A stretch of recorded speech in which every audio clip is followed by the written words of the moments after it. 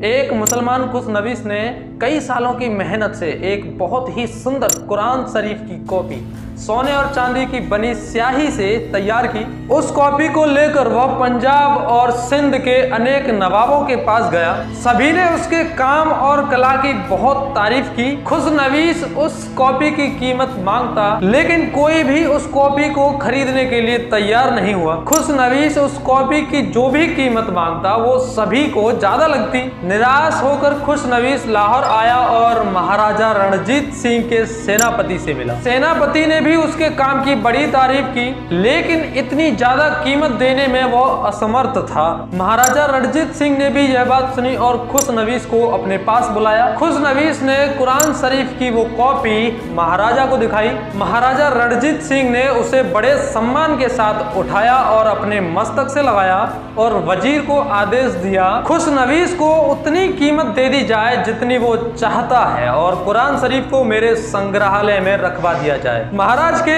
इस काम से सभी को बड़ा आश्चर्य हुआ। फकीर अजीमुद्दीन ने पूछा कि हुजूर, आपने इस कॉपी की बहुत बड़ी कीमत दी है, लेकिन वह तो आपके किसी काम की नहीं है क्योंकि आप सिख हैं और यह मुसलमानों की धर्म पुस्तक है। महाराज ने उत्तर दिया कि फकीर साहब, ईश्वर की यही इच्छा है कि मैं सभी धर्मों को एक नजर से देखूं।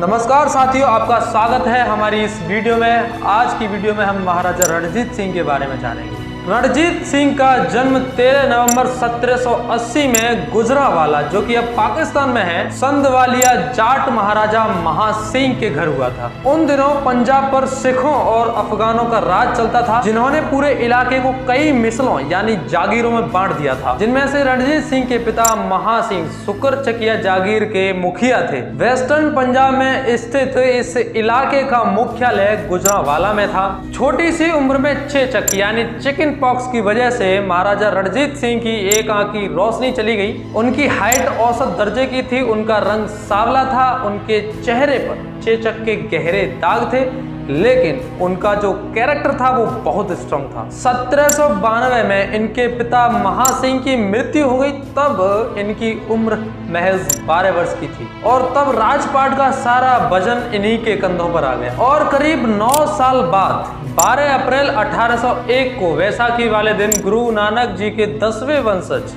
साहब सिंह बेदी जी के हाथों इनका राज तिलक संपन्न कराया गया और उन्होंने लाहौर को अपनी राजधानी बनाया। महाराजा रणजीत सिंह ने अफगानों के खिलाफ कई लड़ाइयां लड़ी और उनको पश्चिमी पंजाब की ओर खदेड़ दिया।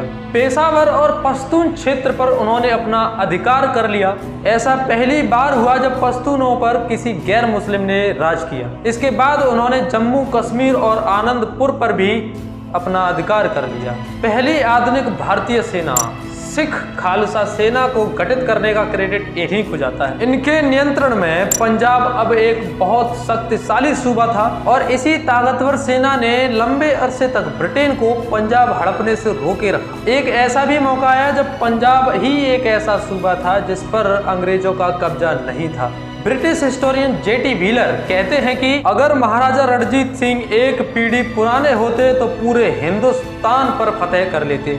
महाराजा रणजीत सिंह खुद पढ़े लिखे नहीं थे, लेकिन उन्होंने अपने राज्य में शिक्षा और कला को बहुत प्रमोट किया। उन्होंने कानून व्यवस्था को और स्ट्रॉन्ग किया और उनके राज्यकाल में किसी को भी मृत्यु दंड नहीं दिया गया। उन्होंने हिंदुओं और सिखों से वसूले जाने वाले जजिया पर भी रोक लगाई। दोस्तों, जजिया एक प्रकार का टैक्स है। इसे मुस्लिम राज्य में रहने वाली गैर मुस्लिम जनता से वसूल किया जाता है। इस्लामी राज्य में केवल मुसलमानों को ही रहने की अनुमति थी और यदि कोई गैर मुसलमान उस राज्य में रहना चाहे तो उसे जजिया देना होगा। इसे देने के बाद गैर मुस्लिम लोग अपने धर्म का पालन उस देश में रहकर कर सकते हैं। उन्होंने अमृतसर के श्री हरि मंदिर साहिब गुरुद्वारे में संगमरमर लगवाया और सोना मढ़वाया। अभी से उसे स्वर्ण मंदिर कहा जाने लगा, जिसका निर्माण सिखों के चौथे गुरु रामदास जी ने स्वयं अपने हाथों से किया था। सन 1835 में महाराजा रणजीत सिंह ने काशी विश्वनाथ मंदिर में लगभग 1 टन सोना दान किया। बेशकीमती कोहिनूर हीरा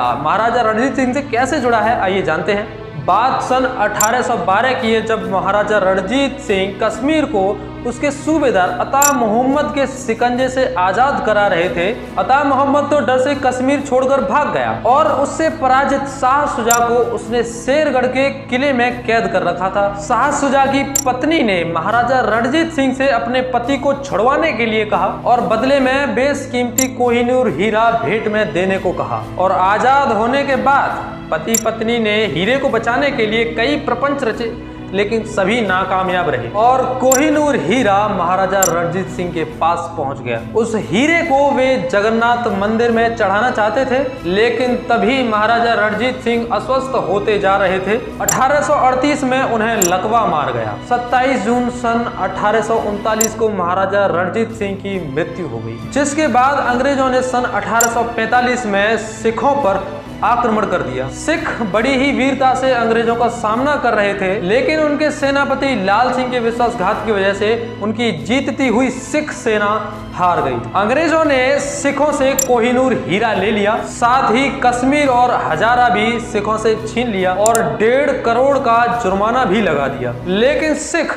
किसी तरह 50 लाख रुपए ही दे पाए और कोहिनूर हीरा ईस्ट इंडिया कंपनी के द्वारा महारानी विक्टोरिया को सौंप दिया गया। महाराजा रणजीत सिंह अपनी उदारता और दयालुता के लिए बहुत प्रसिद्ध थे, जिस वजह से उन्हें लाख बख्श कहा जाता था। वे शेरे पंजाब के नाम से भी विख्यात हुए। बहुत बहुत धन्यवाद दोस्तों यहाँ तक वीडियो को देखने के लिए, और हमारी और आपकी मुलाकात बार बार होती रहे तो चैनल को सब्सक्राइब कर दीजिए और बेल आइकन को दबाना ना भूलिए। धन्यवाद।